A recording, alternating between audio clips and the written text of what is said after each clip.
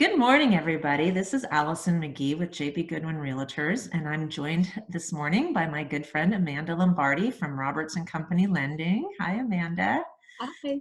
So, a lot of people are in the unfortunate situation right now where they might be out of work or at the very least working fewer hours than normal, and they're wondering, if they're going to be able to make their mortgage payment.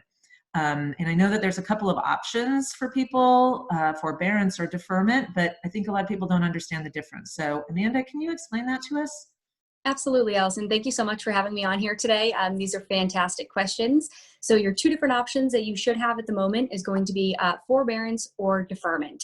It's very important for you to call your servicer, which is the number on your mortgage statement that you get monthly, for them to explain and to give you the options that they're extending to you. So forbearance, we're seeing that this is a little bit more common out there of lenders offering. And a forbearance is they are allowing you to not make a payment on your mortgage for 1, 3, 6, or even up to 12 months.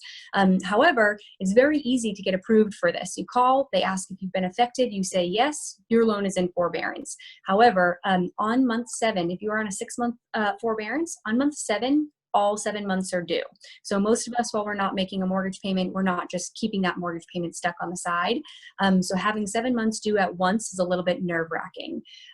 Deferment is a little bit of a different option, and it's an extended option. So if you are to choose a deferment, there's 3 different ways that your deferment can work. We will either extend it and add it on to the end of your loan. However, as a lender, I cannot extend your loan term from 30 to 31 years. So it does become a balloon payment that is due in full the day that you sell your home.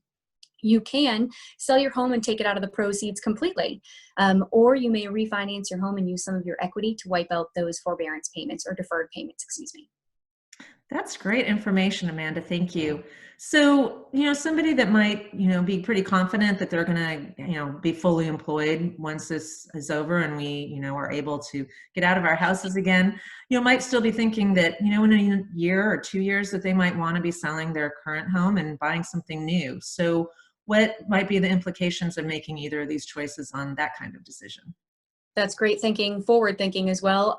Deferment, we are assuming, is going to be a little bit better for our consumers when they are purchasing in the next year or 2. Forbearances right now, most lenders across the board are trying their hardest to not report to the credit bureaus.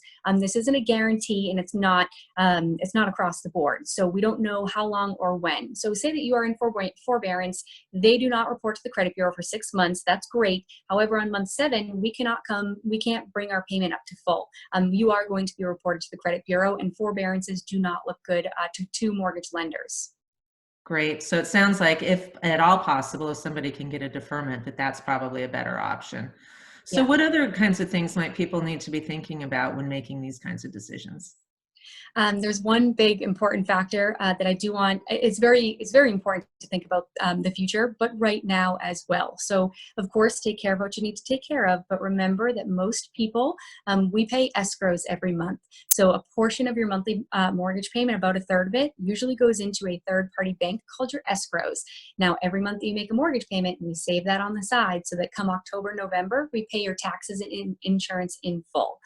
So if you have not made 6-month mortgage payments, that is 6 months property taxes that are missing from your escrow account that you are going to need to come up with come October, November tax season when they're due. So that's very important too. You can't extend your loan term, and we can add it on to the end, but taxes are still due at the end of this year, and that will not be postponed.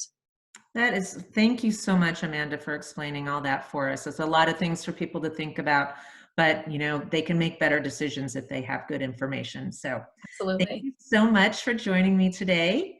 And Yes. everybody out there, please stay safe and stay healthy. Give us a call anytime. Thank you.